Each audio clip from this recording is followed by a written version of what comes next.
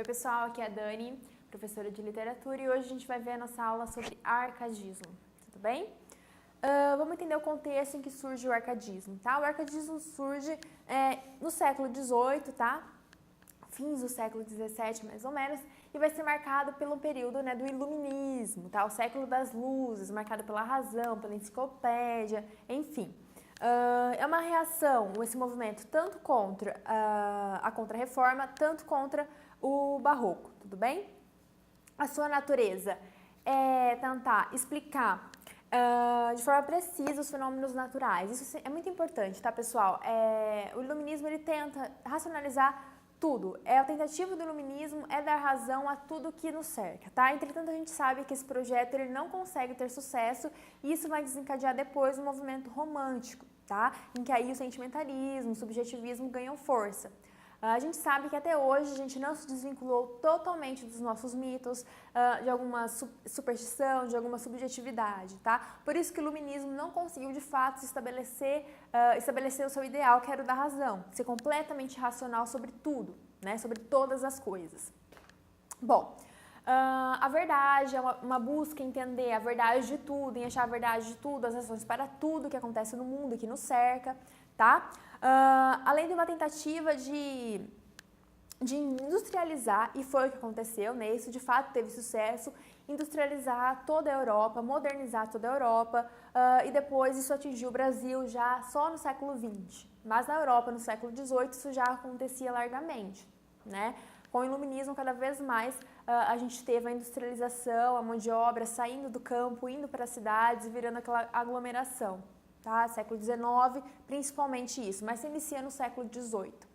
Bom, o arcadismo ele vai buscar retomar o estudo dos clássicos, tá? Isso é extremamente importante no movimento arcade. Há uma volta, um estudo, uma busca dos clássicos. E uma tentativa sempre de ter leveza, equilíbrio, liberdade, tá?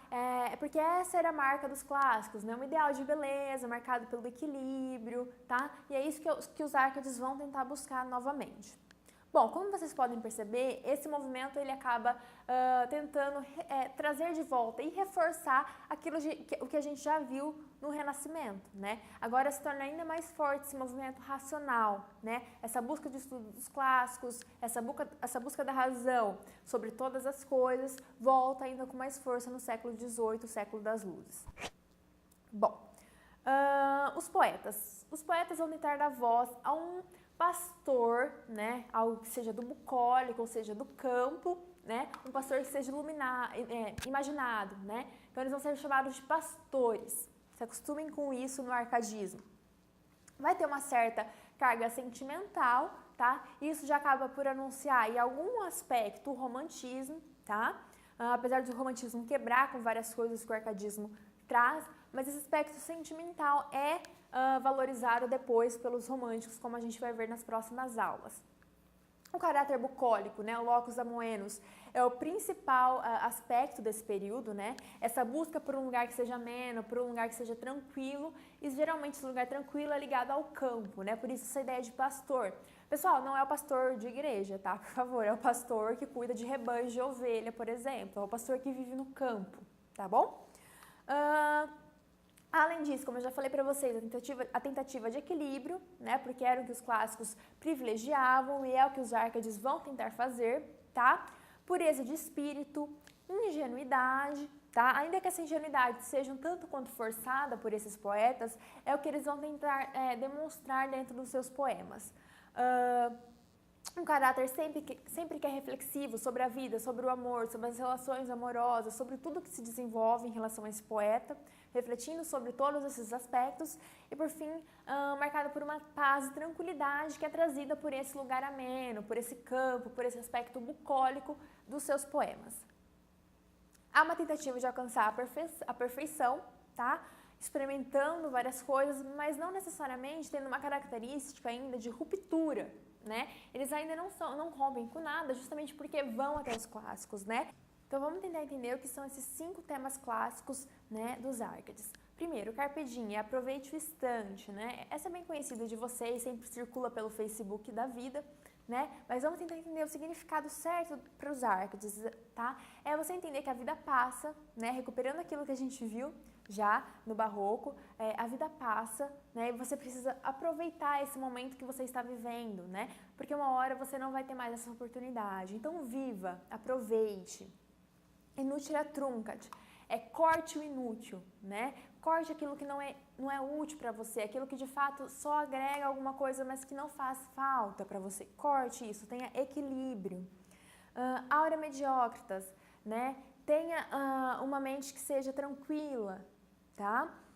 Locus amoenos, locus amoenos já falei para vocês, é um lugar tranquilo, tá? E aí sempre relacionado quase a esse campo, que já dá origem ao fugere urbem, fuja da cidade, tá? Fuja da cidade, porque a cidade, como eu falei para vocês, está marcada pela modernização, industrialização, que começa a surgir no século XVIII, tá? Então fuja dessa cidade, de toda essa perturbação e vá para o campo, que é o lugar que você vai encontrar a paz, tá? Essa paz, esse equilíbrio, tudo isso que é muito valorizado pelos Árcades. Bom, um resumo básico, então, do que são os temas, as características principais dos Árcades. Inspiração nos modelos clássicos, assim como na mitologia clássica, isso é extremamente importante, a mitologia eventualmente vai surgir nesses poemas, uma retomada do classicismo, já que eles valorizam os clássicos, uma simplicidade linguística, uma leveza, uma tentativa de alcançar uma leveza poética, justamente justificando os temas que eu acabei de falar para vocês, que é a tentativa de equilíbrio, cortar o inútil, tentar encontrar nada que tenha muito exagero.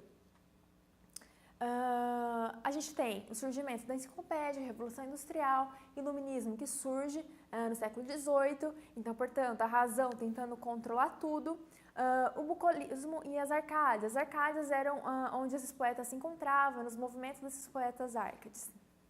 Vamos entender como que funciona primeiro o arcadismo em Portugal, para depois a gente ver como ele chega até o Brasil.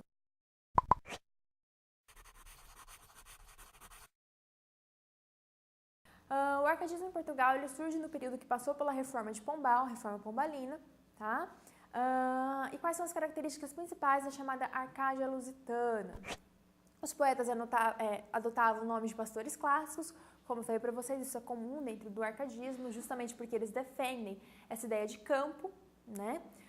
Restrição às regras clássicas, periodicidade na apresentação de trabalhos, eles iam lá, se encontravam para apresentar o que tinham produzido, a fim de discutirem a sua produção com os outros poetas Árcades, e a nova Arcádia foi influenciada pelo Bocage. Quem que foi Bocage? Vamos dar uma olhada nele aí, pessoal. O Bocage, ele é Árcade, mas ao mesmo tempo a gente fala que ele apresenta já características do romantismo, por isso que ele seria um pré-romântico, tá? Isso vai ser importante porque vai influenciar a cultura romântica portuguesa. Quando a gente for ver o romantismo em Portugal, a gente vai relembrar o Bocage rapidamente, tá? A gente vai ter nos seus versos tema marcado pelo bucólico, né? Isso é importante, basicamente em quase todos os poetas Árcades, o bucólico ele surge, tá? O equilíbrio e a mitologia, lembra a mitologia que é marca dos clássicos.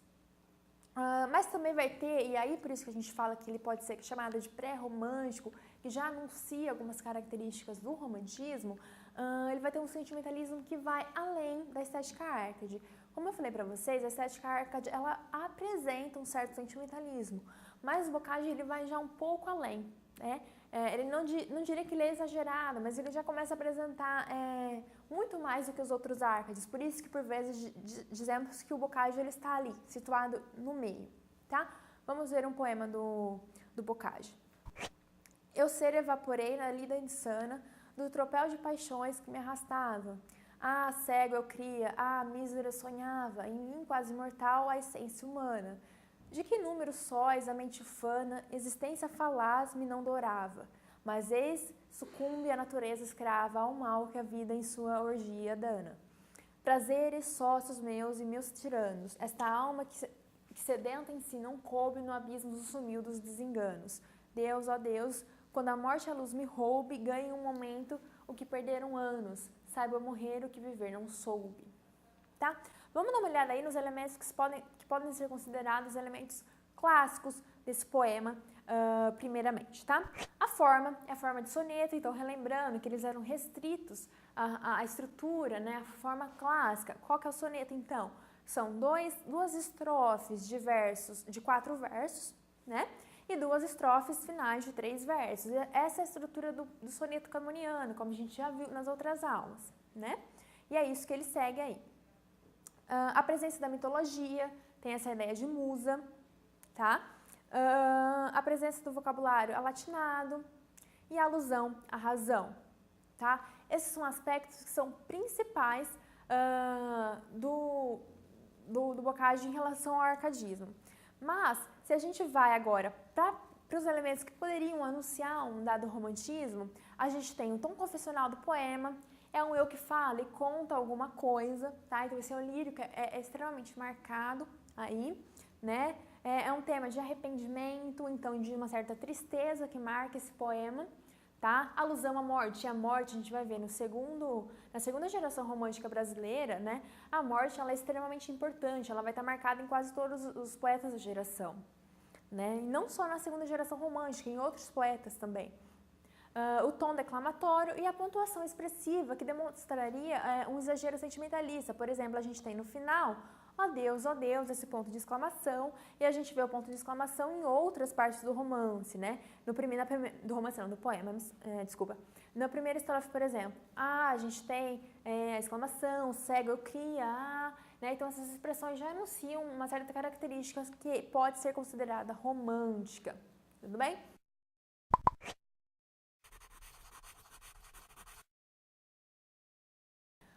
O arcadismo brasileiro também surge, né, por volta do século XVIII, 1700, né? E na Europa, enquanto a gente está sofrendo as industrializações, um certo início de modernização, no Brasil, é claro, a gente ainda não tem isso, mas a gente tem também um processo que é muito importante, que é a tentativa de libertação, né, de independência das colônias, né? Os Estados Unidos, por exemplo, que o professor de História me confirma, espero, se dá em 1776, né? Antes do Brasil até. Mas a gente já tem alguns movimentos que são tentativas de alcançar a nossa independência. Bom, no Brasil a gente tem a chamada revoltas emancipacionistas, né? E aí a gente tem várias, vocês veem isso em história, tá? E por isso a gente vai ter, dentro dos nossos poemas Árcades, uma influência direta dos poetas que participaram desses movimentos emancipacionistas, tudo bem? Bom, esses jovens eram chamados de legítimas expressões brasileiras do arcadismo europeu. O que isso quer significar? Eles expressavam o contexto brasileiro, né, essas revoluções, a sociedade brasileira, mas é claro, estavam presos ainda e muito vinculados ao que era produzido na Europa, tá? Como eu disse para vocês na aula anterior, o Brasil até 1822 está completamente ligado culturalmente ao Portugal e à cultura europeia e vai demorar muito ainda, depois da sua independência, para se desvincular completamente dessas influências, tá? Demora muito ainda para que possa, de fato, seguir seu próprio caminho, tá? Mas a primeira manifestação artística é, de fato, organizada por vários poetas dentro de um território nacional, para discutir questões que são literárias e nacionais, tá? Vai ter um ideal que é de simplicidade, de bucolicismo, junto com o ideal que começa a ser nacionalista. E pensem, o nacionalismo, né, nativismo, para tratar das questões nativas do próprio Brasil, depois vai dar origem ao romantismo também, porque o romantismo, a primeira geração brasileira, isso a gente vai ver também nas próximas aulas, busca tratar de um sentimento que é nacionalista, indianista, portanto, nativista. O que a gente tem como os poetas que são chamados de poetas que participaram de alguma forma de movimentos políticos é o Cláudio Manuel da Costa, tá? Que vai publicar obras poéticas e é o marco inicial do arcadismo brasileiro, tudo bem? E a gente vai ter, como eu anunciei aqui, o Cláudio Manuel da Costa participou de movimentos emancipacionistas, eu tenho problema com essa palavra, tá? Então a gente vai ter uma divisão entre poetas que participaram da Inconfidência Mineira e, portanto, se envolveram politicamente de alguma forma para tentar emancipar o Brasil, né? De alguma forma começaram a ser contra esse domínio de Portugal, e os poetas que não participaram politicamente, não se envolveram nela, tá? Então vamos lá, o Cláudio Manuel da Costa, como sempre falar para vocês, ele foi encontrado morto por um enforcamento, tá? Participou da Inconfidência Mineira e foi, claro, um importante poeta dentro do arcadismo brasileiro. Primeiro poema dele. Para cantar de amor tenros cuidados, toma entre vós, ó montes, o instrumento. Ouvi, pois, o meu fúnebre lamento, se é que de compaixão sois animados. Já vós vistes que aos ecos magoados o traço Orfeu parava o mesmo vento, da lira de Anfião ao doce assento se viram os rochedos abalados. Bem sei que de outro gênesis o destino, para cingir de Apolo a verde rama, lhes influiu na lira estro divino. O canto, pois, que a minha voz derrama, porque ao menos o entomo peregrino se faz digno entre vós também de fama, tá? Percebam que nessa poesia a gente tem o aspecto Arcade, né? A gente tem a busca da mitologia clássica, então a gente vai ter o Orfeu, o Apolo, né? Que são o destino, né? Que são os deuses da cultura, da mitologia clássica, que são trazidos para dentro do poema. Além disso, a gente vai ter a estrutura do soneto camoniano, né? As duas primeiras estrofes são de 4 versos e as duas últimas de 3 versos, essa estrutura básica dos clássicos, né?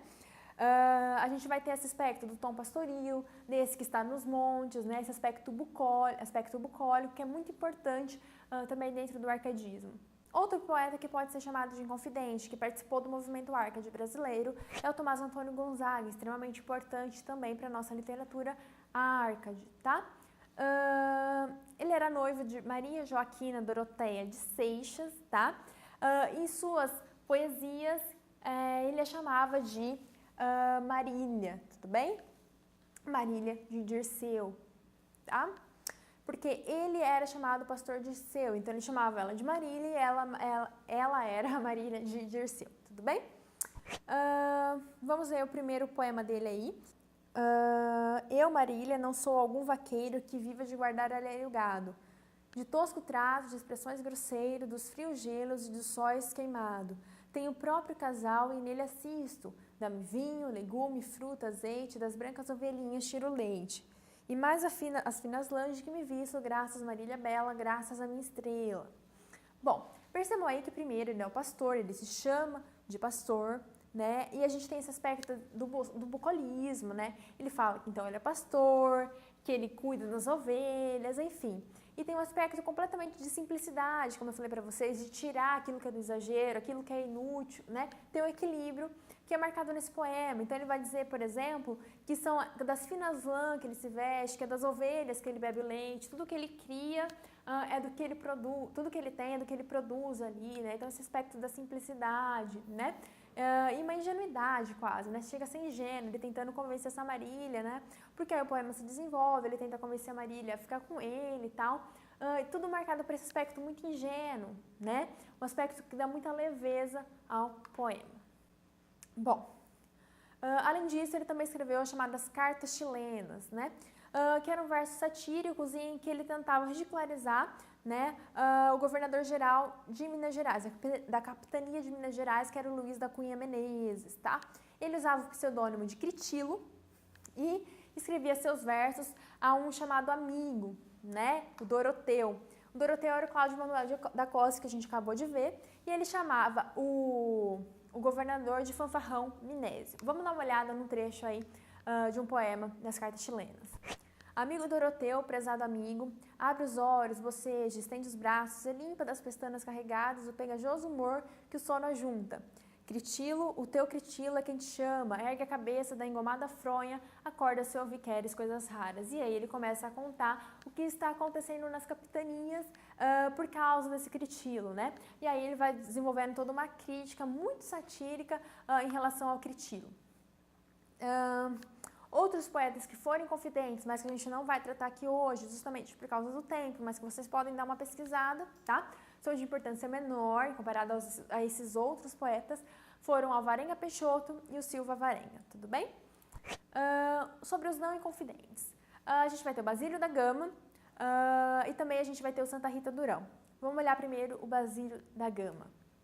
O Basílio da Gama ele vai compor o poema épico Uruguai, e nesse poema ele vai deixar muito claro a sua campanha contra o jesuitismo, né? Porque ele dizia que o jesuitismo ele não tinha só um aspecto de salvar as almas, né? ele tinha, como eu já anunciei para vocês na aula passada, né, em aulas passadas, que ele tem um aspecto que é de econômico, interesse, né? Portugal tinha o interesse em fazer com que esses selvagens, porque eram como os índios eram chamados, né, com que esses nativos fossem catequizados a fim de fazer com que eles pudessem ser trabalhadores, né, para Portugal e poder explorar a terra brasileira. No Uruguai a gente tem a história do cacique Cacambo e da sua amada, que era a Lindóia, tá? Eles têm a sua tribo invadida por europeus, né? Os europeus matam o cacique Cacambo e querem que a Lindóia case-se com um índio que era de pele branca, né? A fim de fazer com que a tribo fosse submetida, né, às ordens europeias. Entretanto, não é o que acontece, né? Porque a Lindóia também se mata para evitar que isso aconteça, se efetue de fato, tá? Então, é um poema que pode ser considerado um poema épico, tá? Tem estrutura de 5 cantos, as estrofes são irregulares, né?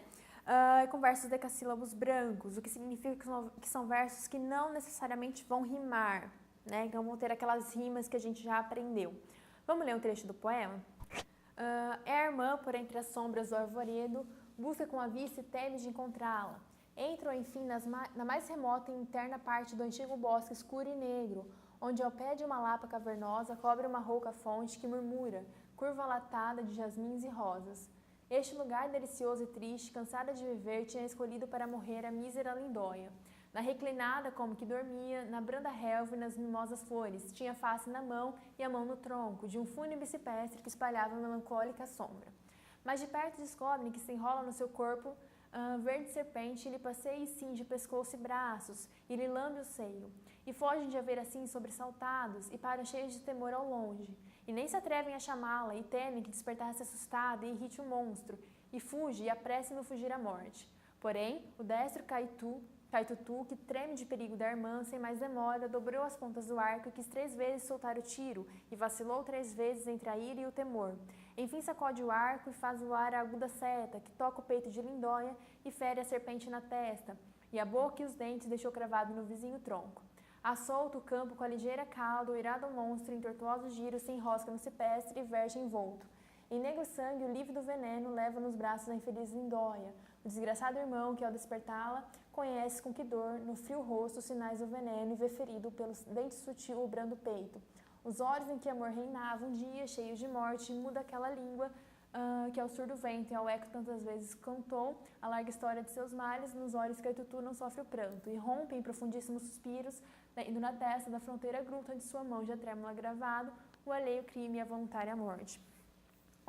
A Lindóia, ela se mata, portanto, com essa cobra, né? O irmão chega na tentativa de salvá-la, mas não consegue, justamente porque ela perde seu amor e vê sua tribo submetida aos europeus. Tudo bem? A gente também vai ter o Santa Rita Durão, que não é confidente, mineiro. A obra mais conhecida de Santa Rita Durão é Caramuru, tá? E Caramuru vai descrever as paisagens brasileiras, né? Vai ter um aspecto de descrever os costumes indígenas, portanto tem um aspecto que é nativista, e ela é dividida em 10 contos, com a proposição dizendo que Diogo Álvares Correia é o descobridor da Bahia, e ele é acolhido por essa tribo quando ele chega na Bahia, né, porque ele é considerado o deus do trovão, né, então a tribo acredita que ele é um deus da natureza e o acolhe dentro da sua tribo. Nessa tribo ele vai despertar o amor de 2 índias, né, e uma delas tem a pele branca, que é a Paraguaçu, tá? A outra índia é chamada Moema. Entretanto, quando Diogo Álvares Correia vai voltar, né, para a Europa, é claro que ele vai preferir levar com ele, né, a índia de pele branca. E aí Moema morre nadando atrás do navio que vai embora com o Diogo e a Paraguaçu. Vamos ler um trecho no momento em que a Moema morre nadando, tentando alcançar o navio do Diogo e da Paraguaçu. Perde o lume dos olhos, pasme e treme, pálida cor, o aspecto moribundo, com a mão já sem vigor, soltando o leme entre as salsas escumas desce ao fundo. Mas na onda do mar que irado freme, tornando a aparecer desde o profundo, Diogo cruel disse com mágoa e sem mais vista ser, sorveu-se na água, tá? Então ela morre nadando e ainda tentando gritar pro Diogo como ele havia sido cruel com ela. Tudo bem? Pessoal, vamos fazer os exercícios agora, tá? Sobre o arcadismo, então.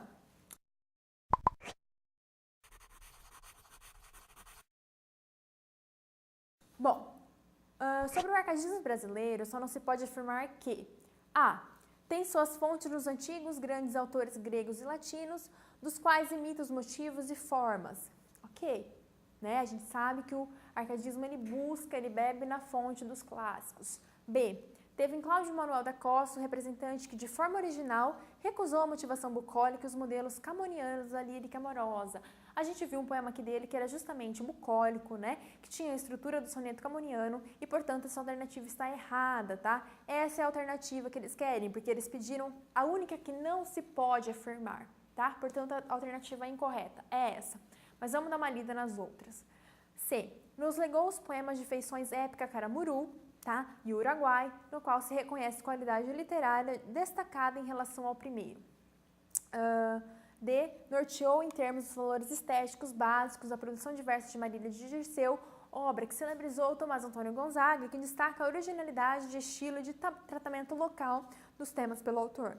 E. Apresentou uma corrente de conotação ideológica envolvida com as questões sociais do seu tempo, com a crítica aos abusos do poder da coroa portuguesa. Os poetas que estavam envolvidos na Confidência Mineira, de fato, tentaram retratar críticas sociais em relação à sociedade de sua época, portanto, essa está correta também. Tudo bem? Vamos para o segundo exercício agora. Considere as alternativas abaixo referentes ao arcadismo brasileiro. A natureza adquire um sentido de simplicidade, verdade e harmonia, impondo-se como modelo para a realização do ser humano. A gente sabe que sim, porque a natureza ela vai ter um valor extremamente importante para esses poetas, né? Que são os pastores bucólicos, portanto, é sim uma tentativa de encontrar harmonia, equilíbrio, simplicidade e tudo mais, tá? 2. A vinculação ao mundo natural se dá através de uma poesia de caráter pastoril. Sim, isso também é verdade, a gente viu, o caráter pastoril é extremamente importante dentro dessa poesia. 3. Defende-se a imitação da simplicidade dos autores clássicos que produziram suas obras na antiguidade greco-romana e no barroco. Pessoal, essa está errada. Por quê? Porque apesar de, no primeiro momento, isso é muito importante nos exercícios de vestibular, de não querer ler a alternativa completamente até o final. Percebam, no primeiro momento, essa alternativa pode ser enganosa, né? Defende-se a imitação da simplicidade dos autores clássicos. A gente lembra de clássicos como Arcades, então considera isso correto e não vai até o fim.